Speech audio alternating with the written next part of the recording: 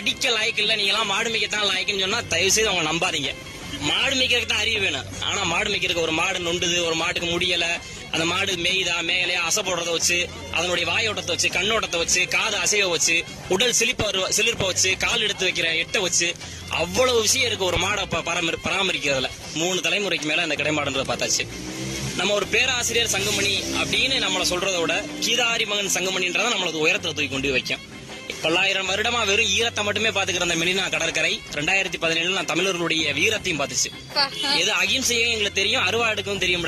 நின்று போராடி களமாடி ஜெயிச்சோம். இந்த பெருமையை என்னைக்கு விட்டுறக்கூடாது அப்படின்றது எங்களுடையது. ஒரு மாடை நீங்க கட்டி தழுவுறீங்க அப்படின்னா கிடையில ஒரு மாடு பிடிக்க கூடியதை தான் நீங்க ஜல்லிக்கட்டுலயே ஏறுதல் பேர் வைக்கிறீங்க.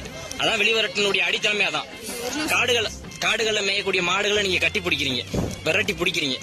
அதைத்தான் இன்னைக்கு நம்ம பாரம்பரியமா வீட்டுல வளர்த்து பிடிச்சிக்கிட்டு இருக்கோம். அன்னைக்கு காட்டுல மேய்ச்சது